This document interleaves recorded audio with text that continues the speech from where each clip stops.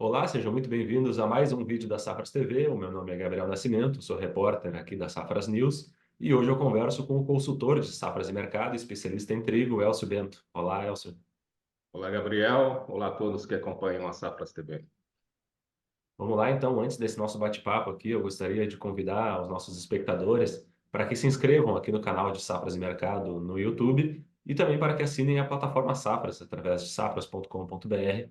Você vai achar um caminho para essa assinatura, encontrar todas as informações, desde notícias até análises, cotações, gráficos, tudo o que você precisa saber sobre o trigo, sobre outras commodities agrícolas para a sua tomada de decisão no mercado agropecuário brasileiro.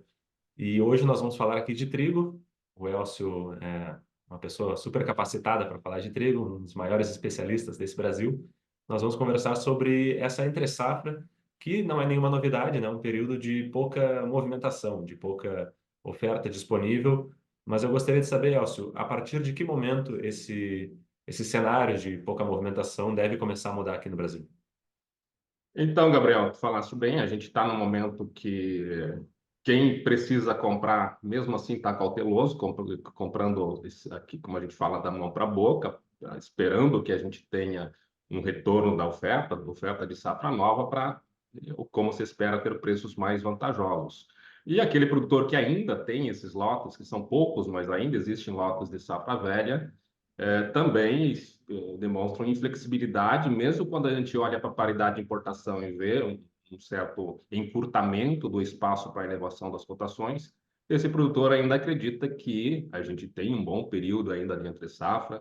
Se a gente pensa no Paraná, lotes novos a partir de setembro, no Rio Grande do Sul só outubro, então tem um bom espaço ainda até o ingresso da safra nova. Então, quem tem esse produto está reticente e prefere aguardar para ter melhores momentos, momentos mais oportunos para negociar. Basicamente, são essas as posturas, né, de comprador e vendedor. E esse cenário tende a começar a mudar exatamente quando a gente tiver o início da colheita da safra nova. E claro, antes disso, o mercado vai antecipando movimentos, mas essa antecipação de movimentos, ela depende muito de como a safra vai andar. A gente sabe que os primeiros lotes que foram colhidos no Cerrado eram muito ruins em termos de qualidade, de produtividade. A seca foi muito severa nessas regiões, Minas Gerais, Goiás, trigo de sequeiro sofrendo muito.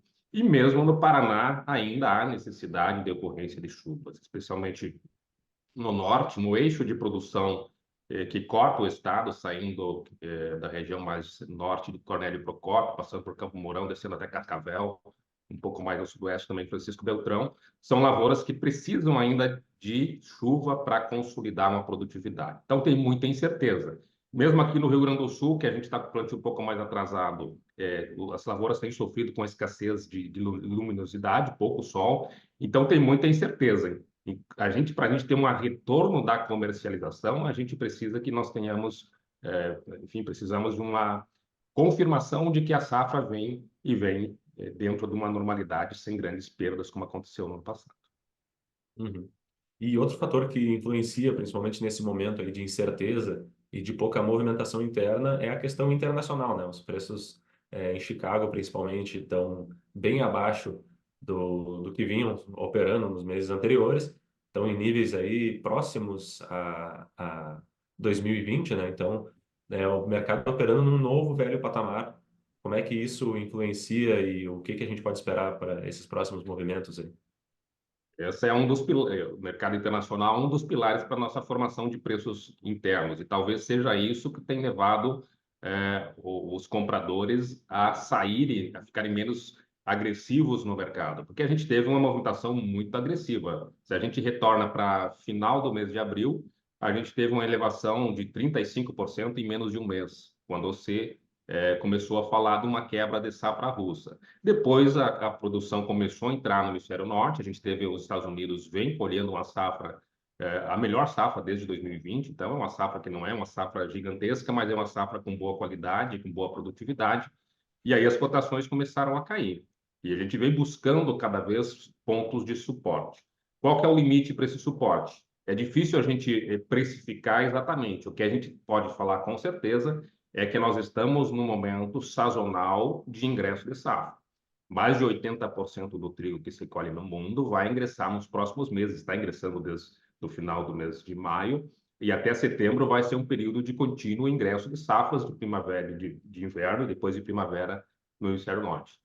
Se a gente olha, no entanto, a questão mais fundamental, para pensar mais em termos de ano comercial, não há muito o que cair esses preços. A gente tem que considerar que a gente está numa pressão muito forte de ingresso de safra, mas quando se distribui essa oferta, essa produção ao longo da temporada, a gente tende a ter menos trigo disponível, menor abundância, digamos assim, um ajuste mais forte, né, entre oferta e demanda nessa temporada 24-25 que começou no mês de junho.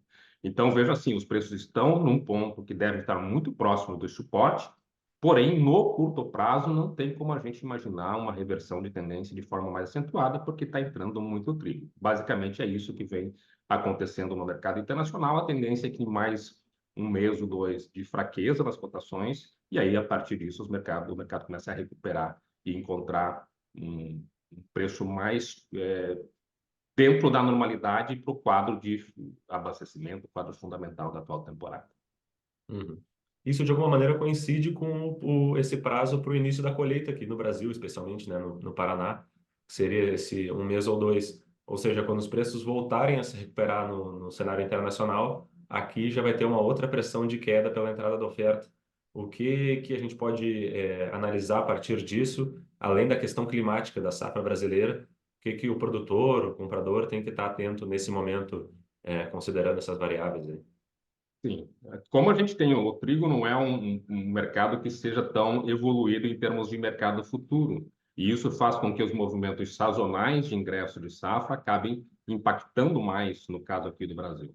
Então a gente tem um momento que a gente tem o mercado lá fora deve começar a recuperar, mas aqui no Hemisfério Sul, que é uma colheita diferente, a gente vai ter o ingresso da safra paranaense a partir de setembro, depois vem a safra gaúcha a partir de outubro, e aí a gente vai até dezembro, quando no início de dezembro já tem o ingresso da safra argentina.